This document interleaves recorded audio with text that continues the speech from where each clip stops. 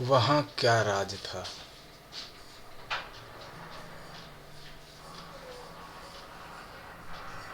Part 2 गतांक से आगे। अमन ने देखा वो लगातार एक ही दिशा में देख रही थी, जैसे कहीं खो सी गई हो।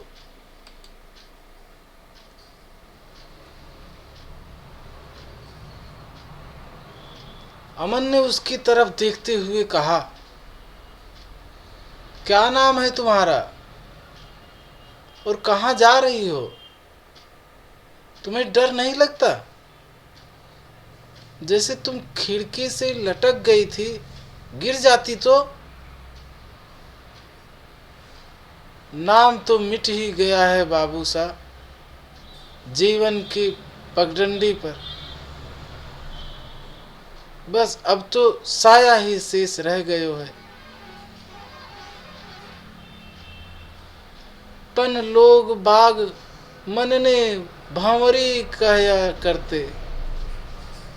उस औरत ने आंखों में पानी भरकर कहा, करते करते से क्या मतलब है तुम्हारा? न मैं तो कहूँ हूँ कि अब कौन जाने हैं मनने इस प्रदेश में। आपने गांव मह तो सगरा लोग भंवरी के नाम सु जाने थे मनने। रही बात डर की, तो बाबू सा मनने डर कोनी लगता इब।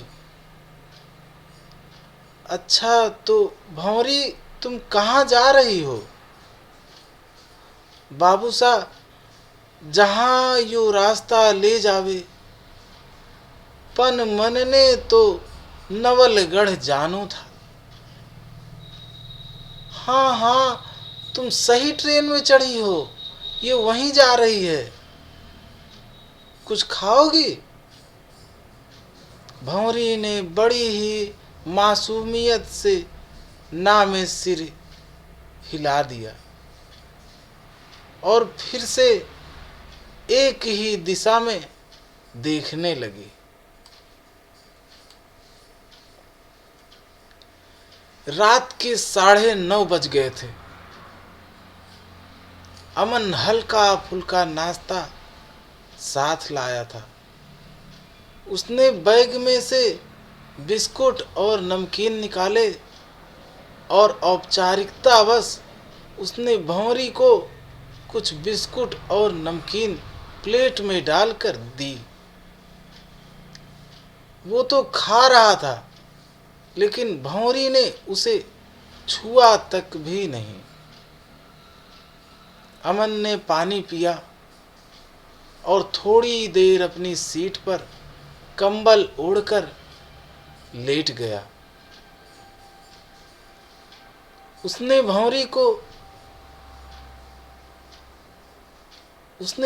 को भी ऊपर सीट पर बैठने को बोला, लेकिन उसने मना कर दिया। अमन देख रहा था, भंवरी वैसे तो एक संपूर्ण औरत लग रही थी, लेकिन फिर भी कहीं कुछ कमी सी लग रही थी उसमें।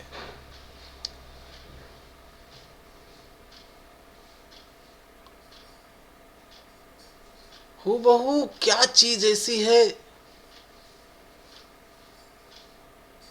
जो भंवरी को औरत से अलग रूप दे रही थी।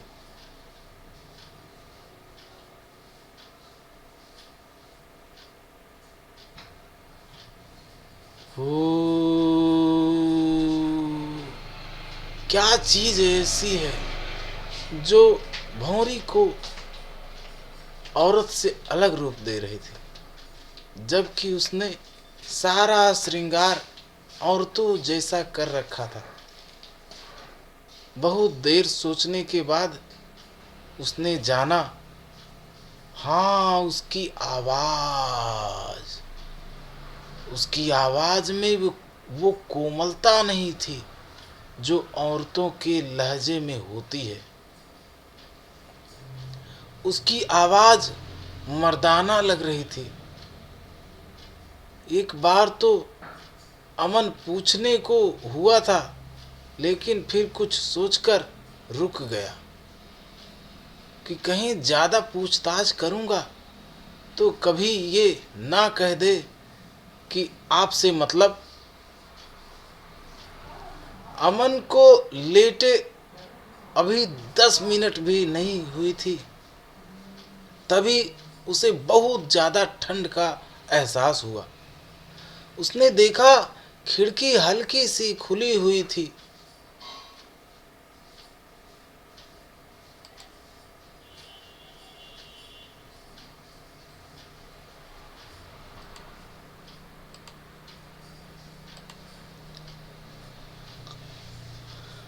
अमन को लेटे अभी 10 मिनट भी नहीं हुई थी, तभी उसे बहुत ज्यादा ठंड का एहसास हुआ। उसने देखा खिड़की हल्की सी खुली हुई थी। वो जैसे ही खिड़की बंद करने के लिए उठा और पीछे जहां भौंरी बैठी थी उधर देखा तो हैरान रह गया, क्योंकि वहां वो थी ही नहीं। इतनी जल्दी वो कहाँ चली गई? अभी तो कोई स्टेशन भी नहीं आया है। अमन दौड़कर दरवाजे के पास आया और सिटकिनी खोलकर बाहर झांक कर देखा। वो दूर दूर तक कहीं भी नहीं थी। अमन वापस आकर सिटकिनी बंद करके अपनी सीट पर बैठा ही था कि थोड़ी देर बाद उसे कुछ याद आया। तो उसे करंट सा लगा। वो खिड़की पर लटक रही थी। तो उसने उसे अंदर आने के लिए कहा था, लेकिन वो इन बातों में ये तो भूल ही गया कि उसने तो ना आते वक्त और ना ही उसके जाते वक्त सिटकिनी को खोला ही नहीं। तो फिर वो डिब्बे में आई कैसे और वापस कैसे गई? कुछ समझ नहीं आ रहा था अमन को। फिर उसने माता रानी का ध्यान लगाया तो पता चला कि वो कोई भटकती हुई आत्मा थी। लेकिन उसके पास आने का क्या मकसद हो सकता है? क्या वो उससे कुछ कहना चाहती थी? अमन को अचानक से झुरझुरी सी आने लगी।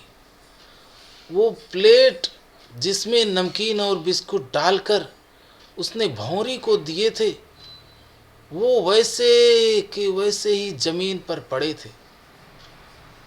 अमन की माँ ने कहा था कि बेटा, हम जिसके नाम से जो चीज निकाल देते हैं वो उसकी हो जाती है। इसलिए कभी भी किसी को दी हुई चीज अगर वो ना खाए तो हमें नहीं खानी चाहिए। यही सोचकर अमन ने वो बिस्कुट और नमकीन उठाकर चलती ट्रेन से नीचे फेंक दिया।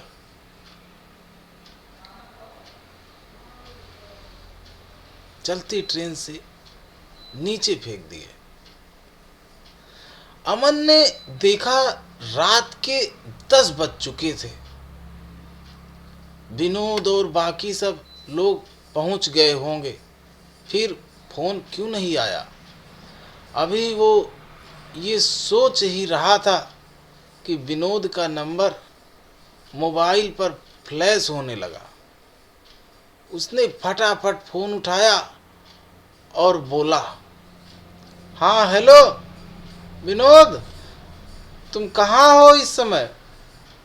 मेरे ट्रेन तो टाइम पर है। मैं तो साढ़े 11 तक पहुंच जाऊंगा।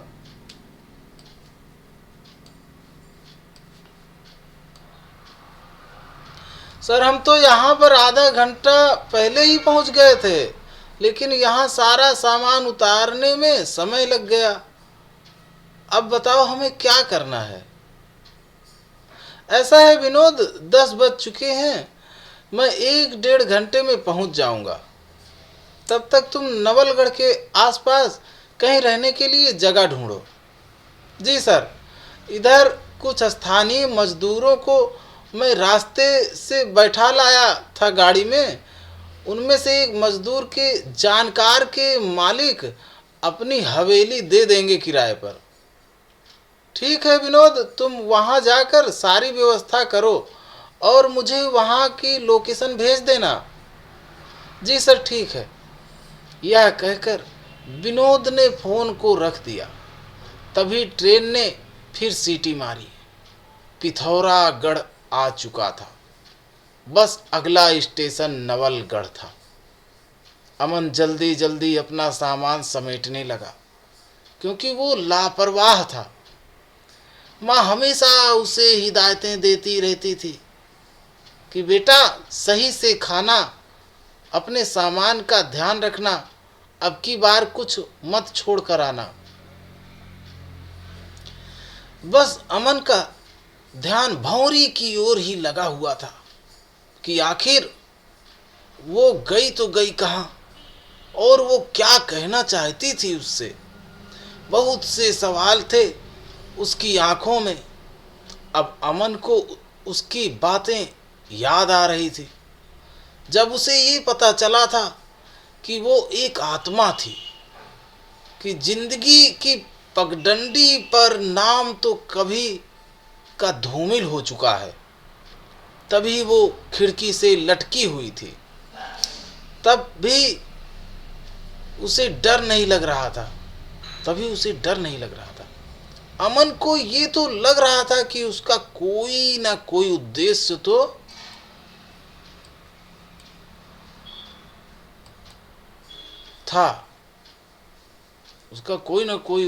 था। उसके पास आने का। क्या वो जानती थी कि उसे भूत प्रेत दिखाई देते हैं? तभी ट्रेन ने एक बार फिर से हॉर्न दिया। टू।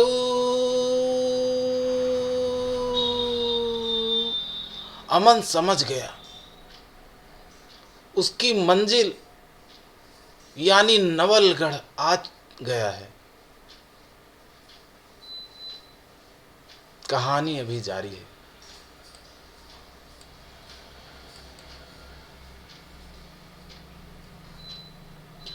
साहब, साक्षात मौत नाचती है उस किले में। कितने ही ठेकेदार यहाँ आए उसे ठीक करने के लिए। कुछ पागल हो गए तो कुछ काम छोड़कर भाग गए।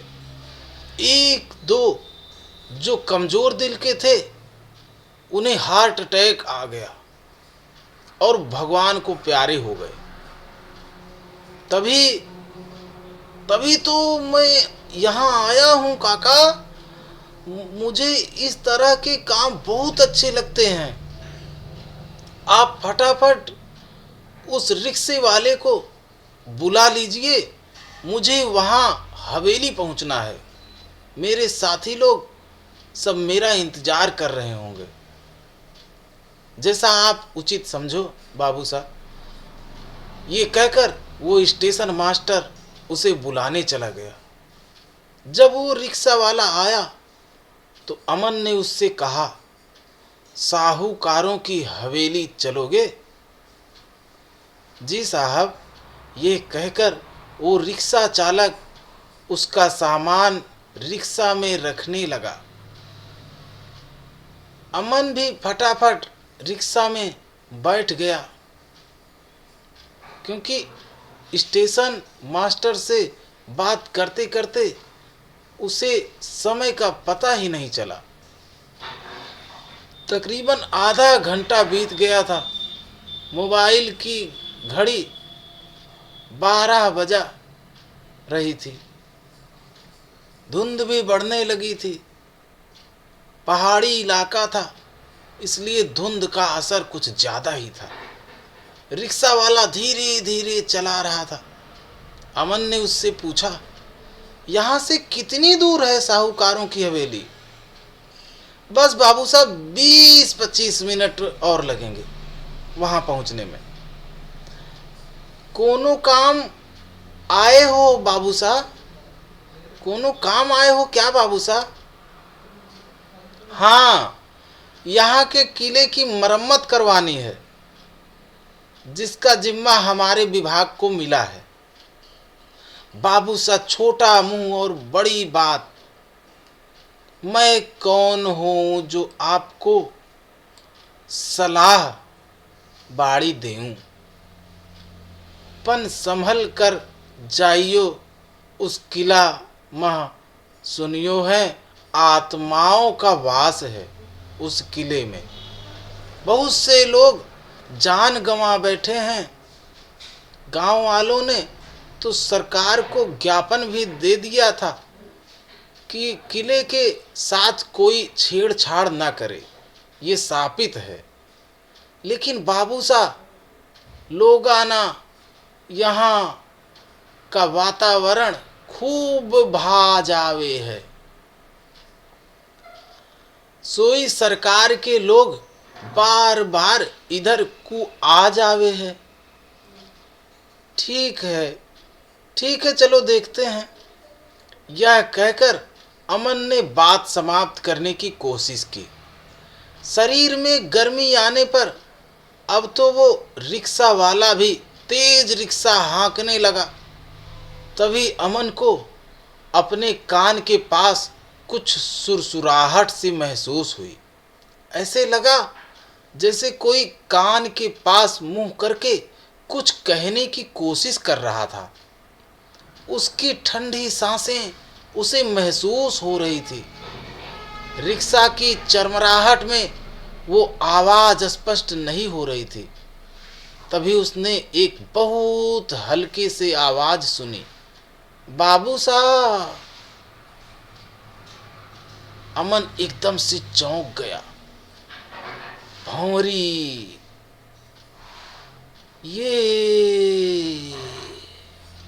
ये तो भंवरी की आवाज थी।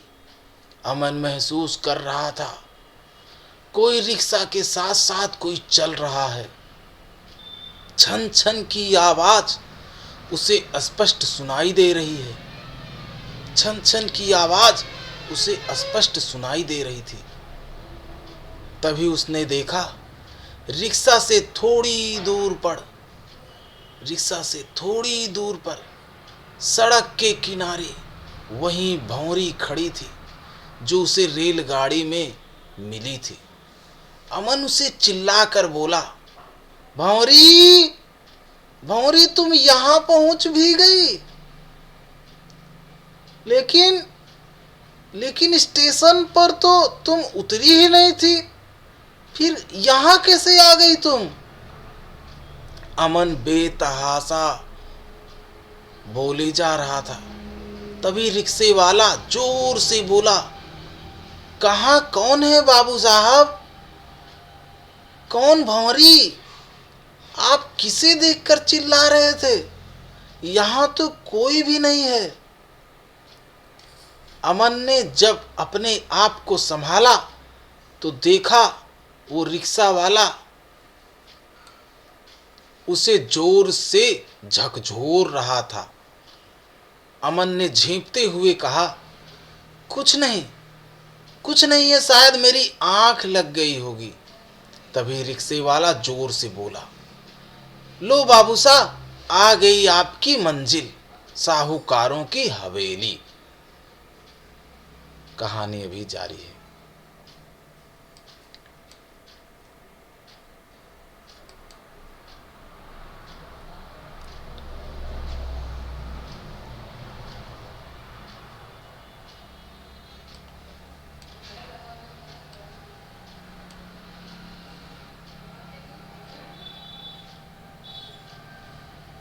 गतांक से आगे विनोद बाहर ही खड़ा उसका इंतजार कर रहा था।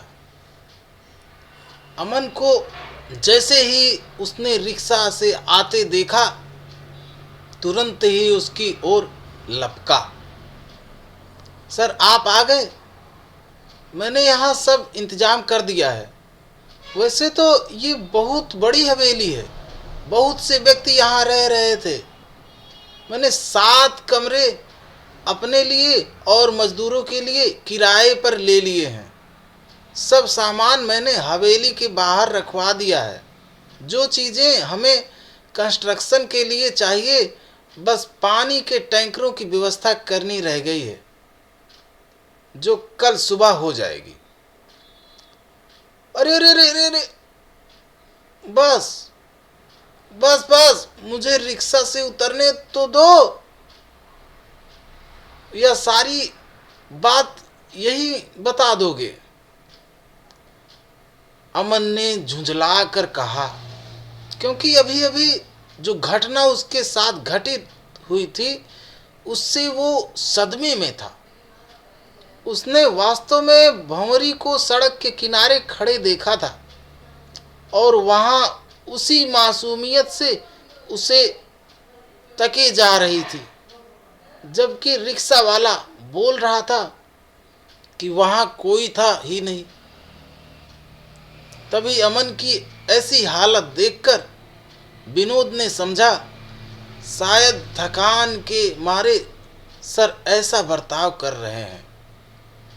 वह चुपचाप अमन का सामान लेकर उसके कमरे में रखने चला गया। वह चुपचाप अमन का सामान लेकर अब उसके कमरे में रखने चला गया। अमन ने एक नज़र गौर से हवेली की ओर देखा। वास्तव में हवेली बड़ी ही शानदार थी। किसी जमाने में बड़ा रौब रहा होगा उस हवेली में रहने वालों का, जिसका जीता जागता सबूत ये हवेली थी। बहुत ही सुंदर राजस्थानी कलाकृति उकेरी हुई थी। कहीं कहीं रंग बिरंगे रंगों में मोर, तोते, बेलबूटे पेंट किए हुए थे। अमन अंदर गया तो देखा बीच में एक बड़ा सा आंगन था, जिसके चारों तरफ कमरे ही कमरे बने हुए थे। कमरे भी बड़े बड़े आलीशान थे।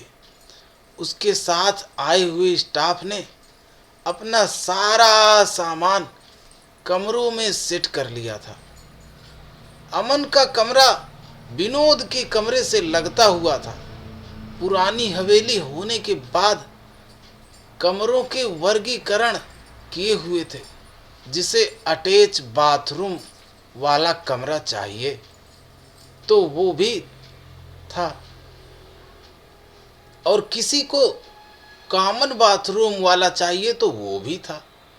इसलिए विनोद ने अमन के लिए अटैच बाथरूम वाला कमरा ही लिया था। बड़ा अफसर था, पूरी सुख सुविधाओं वाला घर था उनका दिल्ली में। अमन कमरे में गया और गीजर ऑन करके सबसे पहले गर्म पानी से नहाया।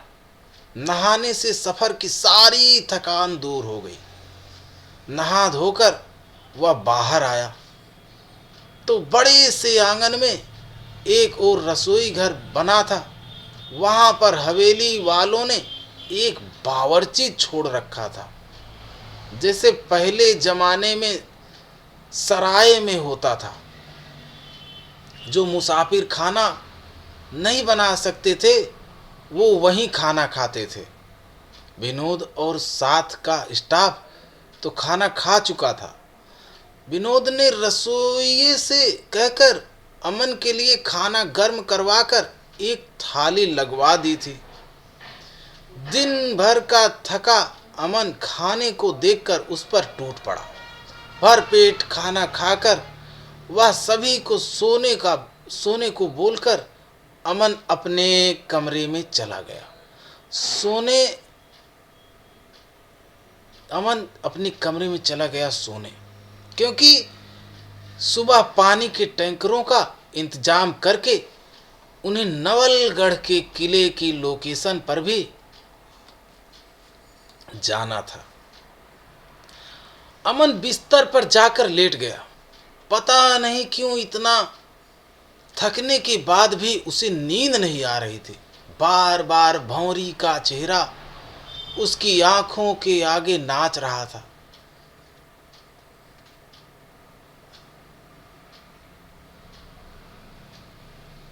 कितनी मासूमियत भरी थी उन आंखों में।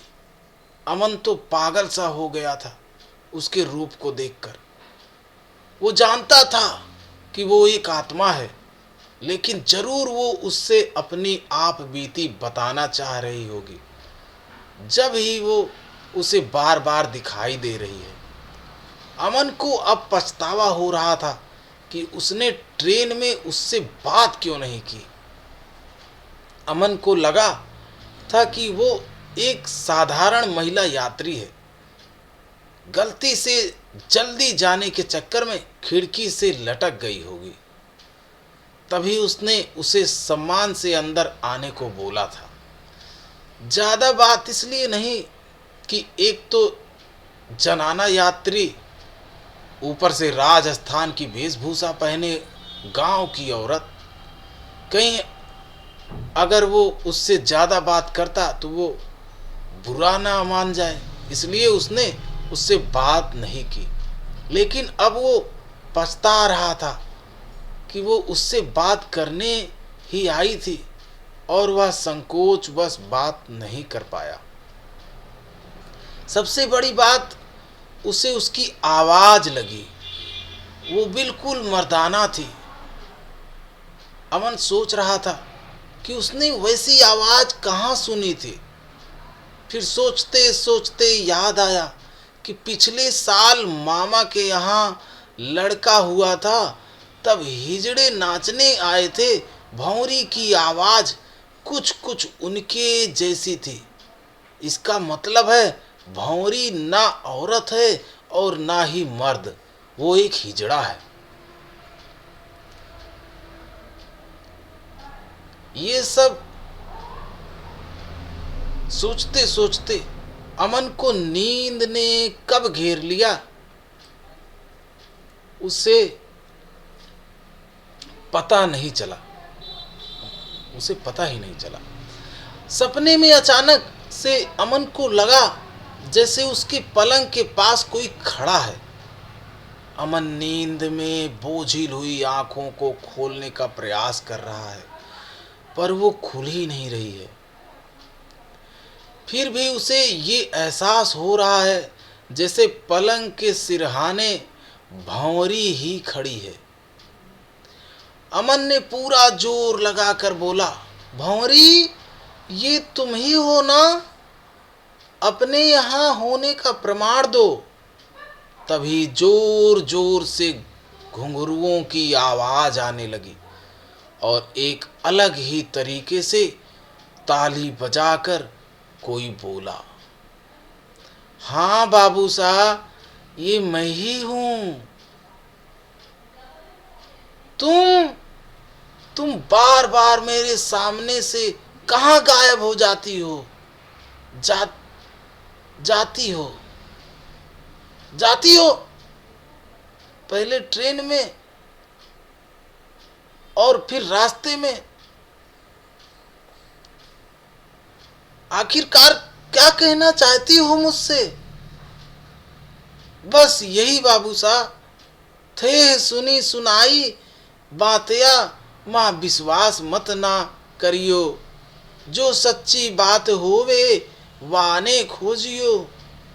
पर सच्चाई क्या है वो तुम ही बता दो ना बाबू। मैं तारे को बताऊंगी, पहले तो झूठ लाग सी म्यारी बात। थे दुनिया सु पूछ जो। फिर देखना लोग बाग कितने झूठे और फरेबी होते हैं।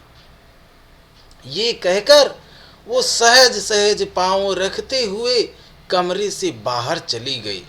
अमन उसे जाते हुए देखता रहा।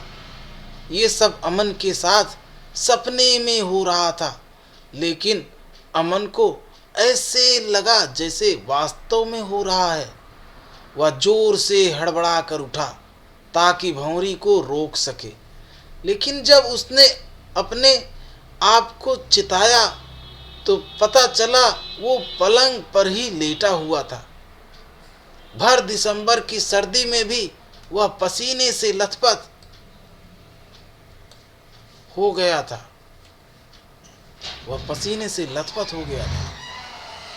उसने उठकर पानी पिया और मोबाइल में समय देखा तो सुबह के 5 बज गए थे। अमन कुछ सोचकर बिस्तर से उठकर वॉशरूम चला गया। कहानी अभी जारी है। कृपया समीक्षा देकर बताएं कि आपको हमारी ये कहानी कैसी लग रही है।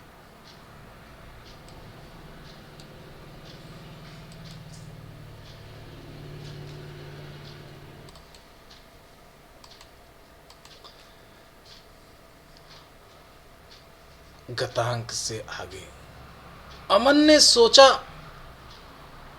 अब उठ तो गया हूं, अब तो उठ ही गया हूं, क्यों ना थोड़ा सुबह की सैर ही कर आता हूं। वैसे भी जब से उसने वो सपना देखा था उसका दिमाग ही खराब हो गया था।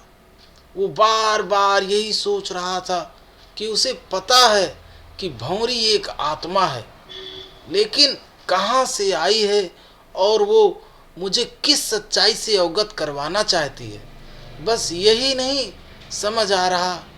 उसने फटाफट ट्रैक सूट पहना और ऊपर से जैकेट पहनकर कमरे से बाहर निकल गया। उसने देखा विनोद और दूसरे वर्कर्स अभी भी लंबी तान कर सो रहे थे। वो हवेली अभी भी अंधेरे में डूबी हुई थी। वातावरण बड़ा ही रहस्यमय लग रहा था।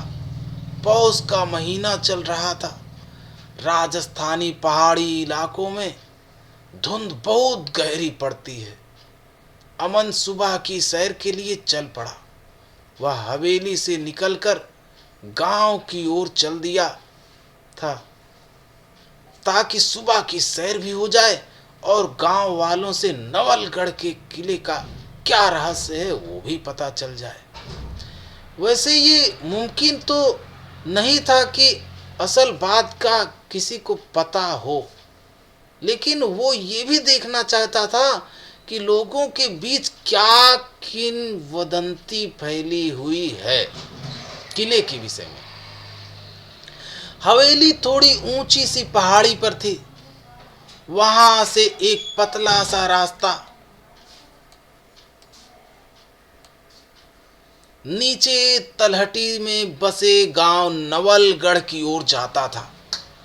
गांव के एक तरफ ये हवेली थी पहाड़ी पर, तो दूसरी तरफ नवलगढ़ का किला बड़े ही शान से खड़ा था।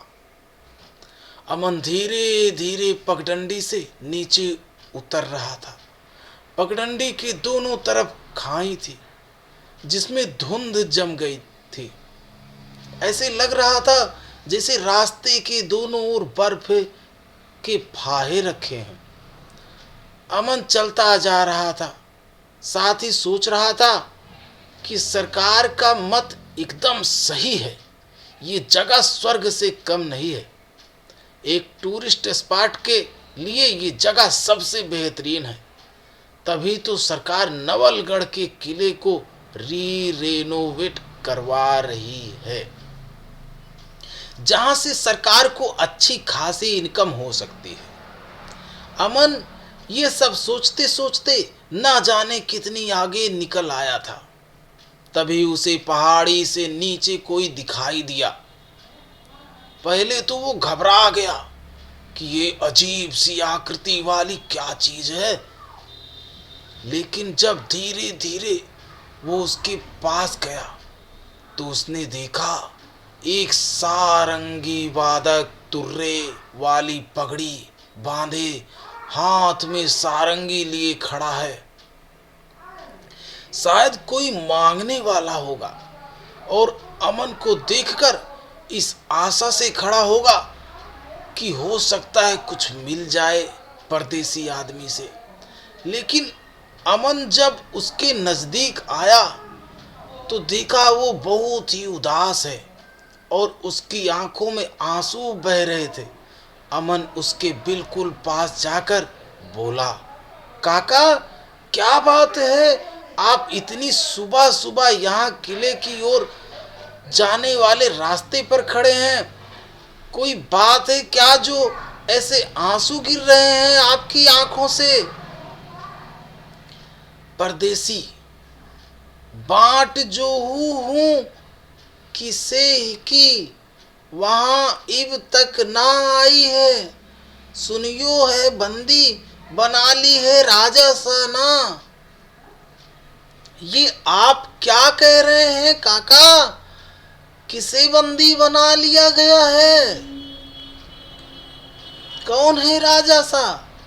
अमन ने देखा वो सारंगी वाला बिना किसी बात का जवाब दिए सारंगी बजाता हुआ एक और जंगलों की ओर जाने लगा। अपने प्रश्नों का उत्तर न मिलने पर अमन ने एक बार फिर से उसे टोका। आपने बताया नहीं काका कि आप किसकी राह देख रहे थे? भंवरी बाई सा की। ये कहता हुआ वो सारंगी वादक धुंध और पेड़ों के बीच कहीं लोप हो गया। वहीं पास में ही एक चाय की दुकान थी। वहां पर बैठे लोग अमन को बड़ी ही अजीब सी नजरों से देख रहे थे। तभी उनमें से एक ने उसे आवाज दी। बाबू सा थे, किसने आवाज दे रहे हो थे? वो उधर सारंगी वाले काका जा रहे हैं ना, उनको। पनवाकने तो कोई भी ना है। अमन चलता हुआ उस चाय की दुकान पर आकर स्टूल पर बैठ गया था। वहां पर 4-5 स्थानीय लोग बैठे चाय पी रहे थे। उनमें से एक बोला, कौन हो तुम परदेसी? किसके यहाँ पधारे हो सा थे? मैं तो यहाँ पर किले की मरम्मत करवाने आया हूँ। मैं उस विभाग का अधिकारी हूँ। अमन ने लड़खड़ाते हुए शब्दों में कहा, क्योंकि वो अभी भी उस सारंगी वादक के विषय में सोच रहा था। तभी आपको गमछू दिखाई दिया है। कौन गमछू? साहब वही जो भंवरी किन्नर की टोली में था। भंवरी का नाम सुनकर अमन के कान खड़े हो गए थे।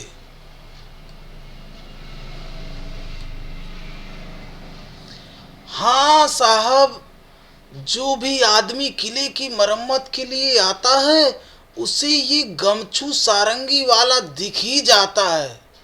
राम जाने क्या कहना चाहता है वो। ये भौरी कौन थी? अमन अपनी उत्सुकता दबाते हुए बोला,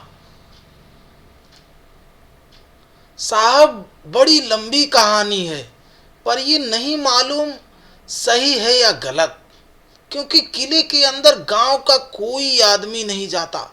वहां पर सारी रात घुंघरुओं की आवाज और किन्नरों के ताली बजाने की आवाज आती रहती है। कभी जच्चा बच्चा के गीत गाने की आवाजें आती हैं, तो कभी बन्ने बन्नी की आवाज। ये किला शापित है साहब। फिर उनमें से बैठा हुआ एक और आदमी बोला, क्यों रामदीन? कल्लू के मरने के बाद जब उसकी बीवी और लड़का पैसों की तंगी होने के कारण किले के साथ लगते मकान में रहने चले गए थे, थोड़े दिन तो सब सही रहा, लेकिन फिर उन्हें किले में से चीखने चिल्लाने और रोने की आवाज आने लगी। फिर कभी ढोलक के थाप पड़ने की आवाज, तो गीत के ऊपर नाचने की आवाज आती, जैसे घरों में किसी शुभ अवसर पर हिजड़े नाचने आते हैं। वो बेचारी दिन रात डर डर कर गुजार रही थी। फिर क्या हुआ उसके साथ? अमन की उत्सुकता बढ़ती जा रही थी। फिर क्या था साहब, बेचारी कल्लू की घरवाली के पास किराया देने के लिए पैसे तो नहीं थे, इसलिए वो उस भूतिया स्थान पर रहने को विवश थी। लेकिन एक दिन उसके साथ बड़ा ही अजीब वाकया घटित हुआ। और रात को अपने बेटे को खाना खिलाकर सोई थी। सुबह उठकर उसने देखा उसका बेटा बिस्तर पर नहीं था। उसने सारा घर जान मारा, सारा घर छान मारा, उसे कहीं भी दिखाई नहीं दिया। फिर अचानक से उसे छत पर कुछ हलचल सी होती हुई महसूस हुई।